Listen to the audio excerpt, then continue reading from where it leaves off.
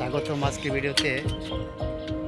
আজকে দেখাবো মাদারীপুরের চর্মগুড়িয়ার একটি জায়গায় একটি ইকো পার্ক। যে পার্কটি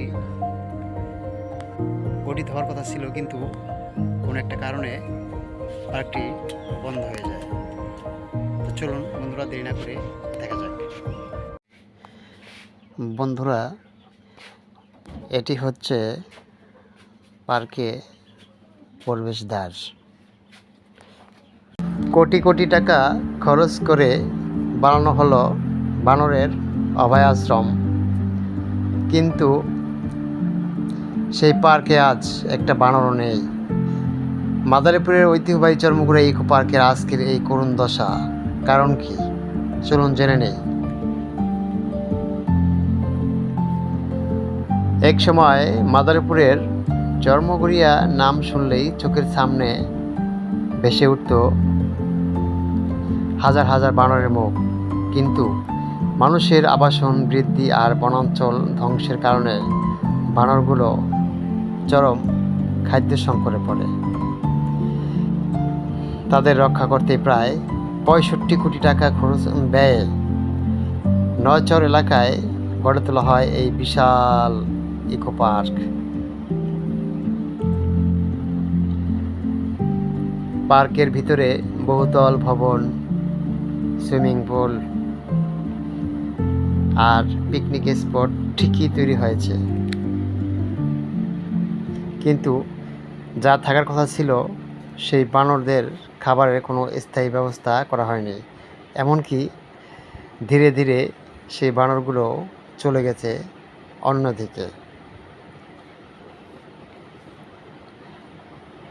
বানর না থাকলেও বর্তমানে এটি স্থানীয় মানুষদের বিকেল কাটানোর একটি সুন্দর জায়গা হয়েছে, এবং অত স্থানীয় লোকদের বা বাচ্চাদের খেলার একটি সুন্দর স্থান হয়েছে।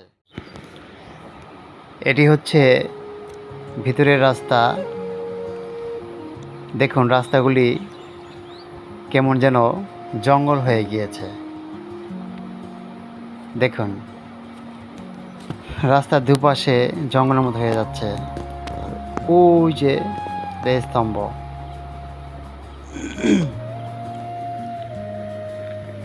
অবহেলায় পড়ে আছে ইকো পার্কটি, যেন কারো কোনো মাথা ব্যথাই নেই।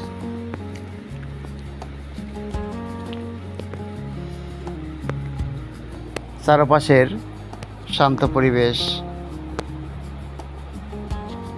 এবং এ দেখুন ফুল গাছগুলি, কোনো যত্ন নেই। যদি আজকে যত্ন থাকতো, দেখুন এগুলি সব পড়ে আছে, অবহেলিতভাবে পড়ে আছে।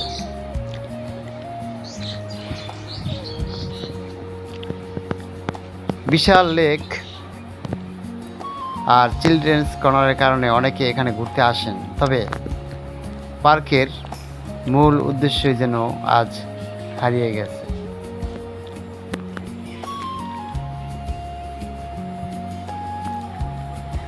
প্রকৃতি আর বন্যপ্রাণী না বাঁচলে এরকম কৃত্রিম পার্কের কোনো মূল্যই থাকে না।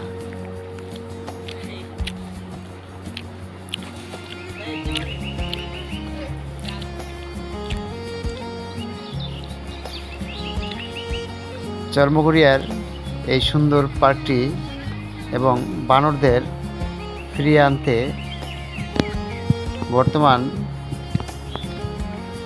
সচল করতে দ্রুত স্থানীয় প্রশাসনের নজর দেওয়া উচিত, কারণ অত্র এলাকায় এই পার্কটি খুবই একটি নাম করা বা স্থানীয় স্থান করে নিয়েছিল। অনেকেই এখন এসে যখন দেখে বন্ধ হয়ে পড়ে আছে, তখন মুখ ফিরিয়ে নিজেকে বোকা বলে চলে যায়, কারণ তাছাড়া তার উপায় নাই। ভিতরে যখন প্রবেশ করে গেটে কোনো টিকিট কাউন্টার নেই, তারপর কোনো মানুষ নেই, একদম ফাঁকা নিরিবিলি ছিমছাম পড়ে আছে। তাই প্রশাসন যাতে তাড়াতাড়ি পার্কটি চালু করে। আজকের এই ভিডিওটি কেমন লাগলো জানাবেন। ভালো লাগলে সাবস্ক্রাইব করে পাশে থাকবেন এবং লাইক কমেন্ট শেয়ার করবেন। ধন্যবাদ।